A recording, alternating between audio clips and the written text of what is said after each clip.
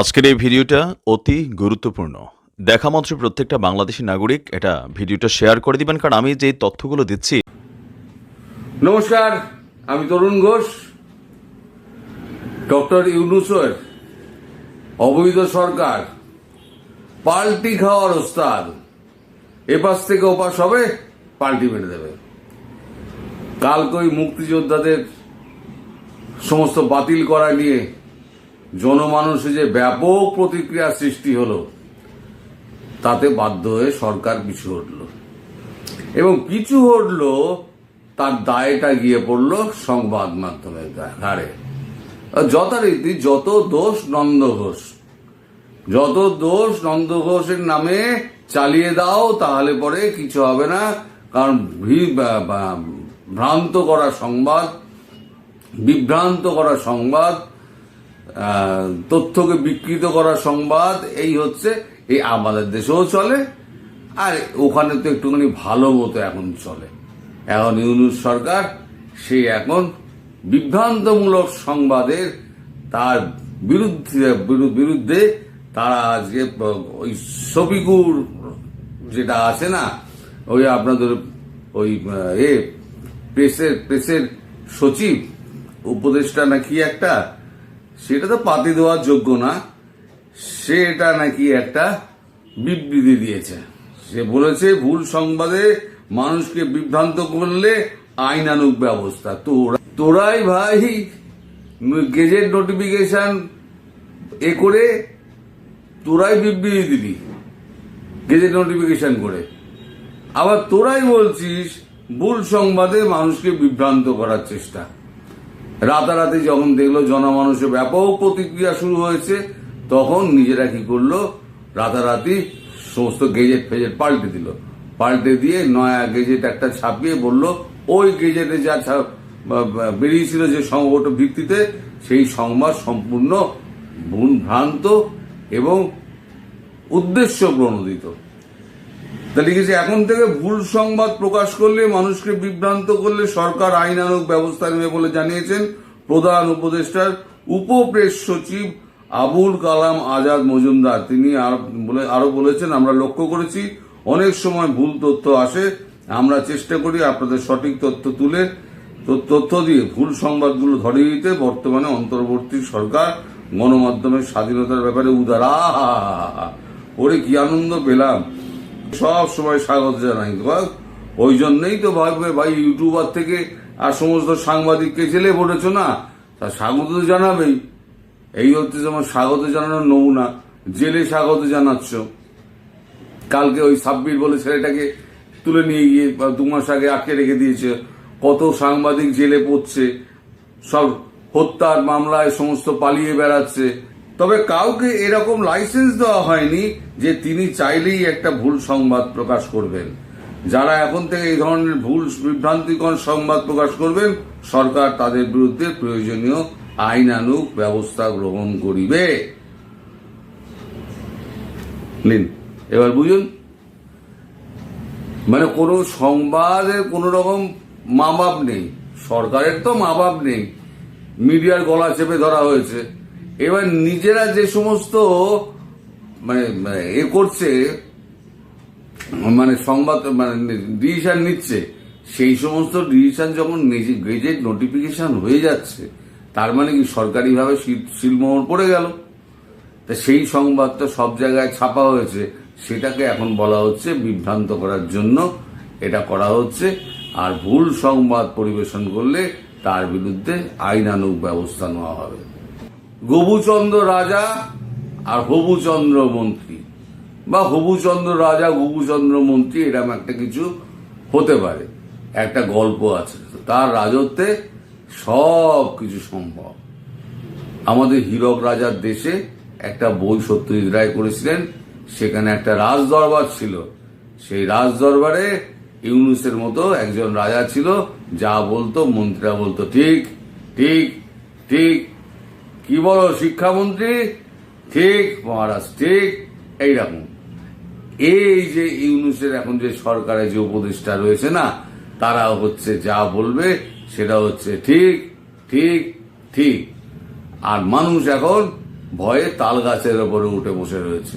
কারণ নিচে নামলেই তো খপাখপ ধরবে, আর আওয়ামী লীগ ট্যাগ দিয়ে সে আওয়ামী লীগ করুক বা না করুক, আওয়ামী লীগ ট্যাগ দিয়ে তার বিরুদ্ধে একটা মামলা দিয়ে দেবে, দিয়ে মামলা দিয়ে তারপর হচ্ছে টাকা পয়সা আদায় করবে। ওটা আবার আর কি নাম দিয়েছে, সে মামলা দিয়ে টাকা দেওয়ার ব্যাপারটা একটা কি নাম দিয়েছে। তো যাই হোক, এখন এই করে রাজত্ব চালাচ্ছে। আর ডক্টর ইউনূসের তো কোনো ব্যাপার নেই, তিনি এখন সরকারি পয়সায় মোৎসব করে বেড়াচ্ছেন। এই বোধহয় 10 মাসে বোধহয় এই বোধহয় 12 নম্বর ট্রিপ হবে, তিনি এতে লন্ডন যাচ্ছেন। 9 তারিখে না 10 তারিখে একটু সম্ভবত লন্ডন যাচ্ছেন। সেই নিয়ে আবার জল্পনা শুরু হয়েছে যে তিনি কি তারেক জিয়ার সঙ্গে দেখা করবেন। আমার তো মনে হয় তারেক জিয়ার সঙ্গে দেখুন দেখা করবেন না, কারণ ওনার তো নির্বাচন দেওয়ার তো কোনো রকম ইচ্ছেই নেই। ওনাকে পশ্চাৎ দেশের একটা লাত মেরে ওনাকে না তাড়ানো পর্যন্ত উনি তো যাবেন না। তো তারেক জিয়ার সঙ্গে দেখা করতে যাবেন কেন? আপনার নির্বাচন নিয়ে আলোচনা করতে? থোড়ি নির্বাচন উনি দেবেন। উনি যাচ্ছেন মোৎসব করতে সরকারি পয়সা। দেশের মানুষ না খেতে পেয়ে মরে যাচ্ছে, শিল্পের অবস্থা 4 হাত পা তুলে দিয়েছে, অর্থনীতি ডুবছে, জিডিপি ক্রমশ নিচের দিকে, আয় নেই, বাজেটে 5 লক্ষ কোটি টাকা কোত্থেকে আসবে তার কোনো ঠিক নেই। আবার যে টাকাটুকু আবার কোনো দপ্তরের বাঁচছে, আমি আবার শুনেছি 750 কোটি টাকা নাকি এরকম বেঁচেছিল, সেটা ইউনূস বলেছে তো সরকারের ট্রেজারিতে চলে যাবে, তা না করে গ্রামীণ ব্যাংকে ফেরত ঢুকিয়ে দাও। যত রকম ভাবে নিজের ফয়দা নেওয়া যায় সব রকম ভাবে নিজের ফয়দা নিয়ে যাচ্ছে। এই লোকটা হচ্ছে চরম চিটিংবাজ, একটা মানে চোর, একেবারে নোংরা লোক। এই লোকটাকে আপনারা মাথায় তুলে রেখেছি। চিনতে পেরেছিলেন? আগে ইউনূসের কি চিনতে পেরেছিলেন?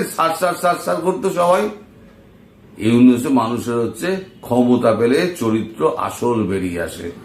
মানুষের ভেতরে যে অংশ আছে না, সেটা একেবারে মুখোশটা খুলে যায়, ক্ষমতার হিংস্র দাঁত, সদন্ত যাকে বলে, সেগুলো বেরিয়ে আসে। উনি আবার বিদেশে গিয়ে যেমন তেমন হোটেলে থাকেন না, উনি একদম বিখ্যাত 5 স্টার হোটেলে, সেখানে প্রেসিডেন্সিয়াল সুইটে তিনি থাকবেন।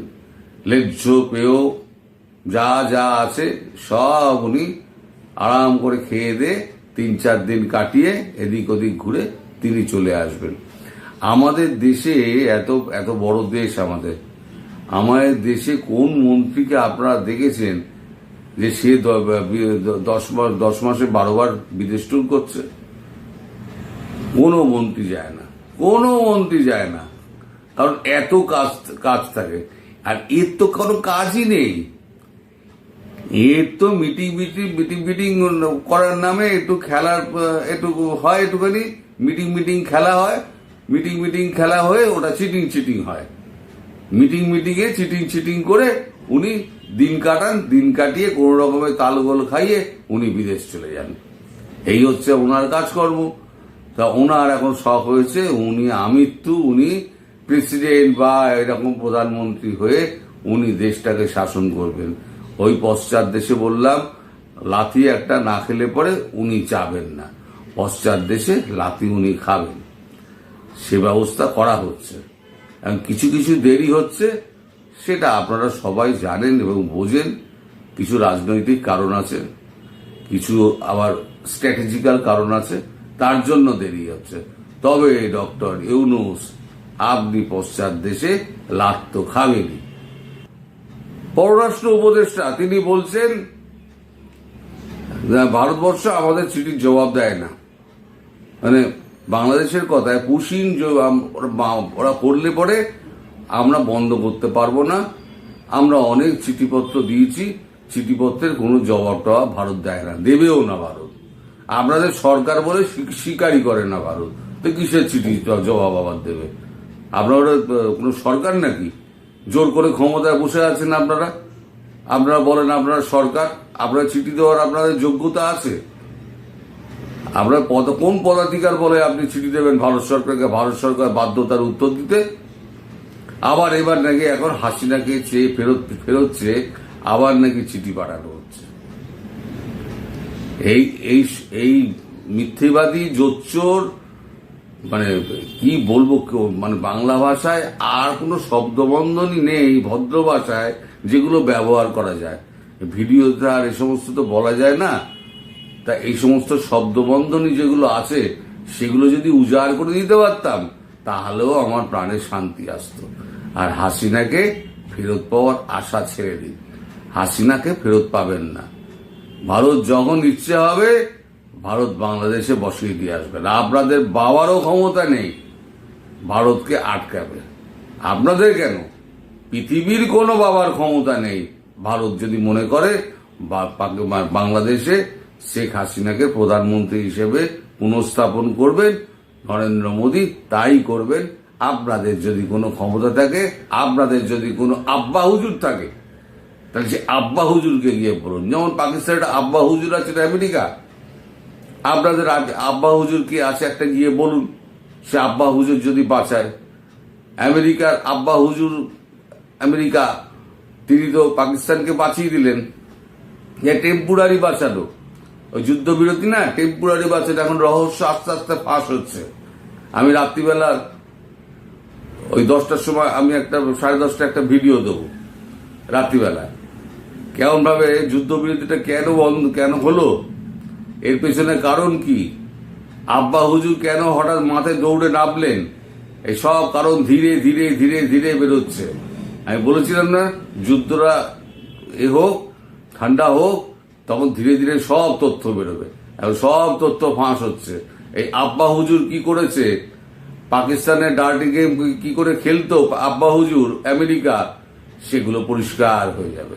তো যাই হোক, এখন সব থেকে ভালো কথা হচ্ছে, সবার শেষ যেটা হচ্ছে, আমাদের মুক্তিযোদ্ধা যারা আছে তারা যথারীতি যেরকম অবস্থানে ছিলেন সেরকম অবস্থানেই থাকছেন। এটা সুখের কথা। শেখ মুজিব তিনি সহ যে সমস্ত মুক্তিযোদ্ধা যারা ছিলেন তারা সম্মানের জায়গাতেই থাকছেন, এটাই সব থেকে বড় পাওনা। আর এটা করতে গিয়ে একেবারে মুখে জুতোটা খেলো ইউনুস অ্যান্ড তার গং। আর রাত্রিবেলা ভিডিওটা আপনারা দেখবেন, এই আব্বা হুজুর কি করেছিল, ভারত কিভাবে আব্বা হুজুরের বুক রক্ষা করলো, আর পাকিস্তান কি করে বেঁচে গেল। তা বাঁচেনি, একটা পজ হয়েছে। আব্বা হুজুর এখান থেকে বেরিয়ে গেলে কেন বেরিয়ে যাবে, আব্বা হুজুর বেরিয়ে গেলে পরে আবার নতুন করে শুরু হবে। সবাই ভালো থাকবেন, সুস্থ থাকবেন, সাবধানে থাকবেন, রাতের ভিডিওর জন্য অপেক্ষা করবেন। নমস্কার।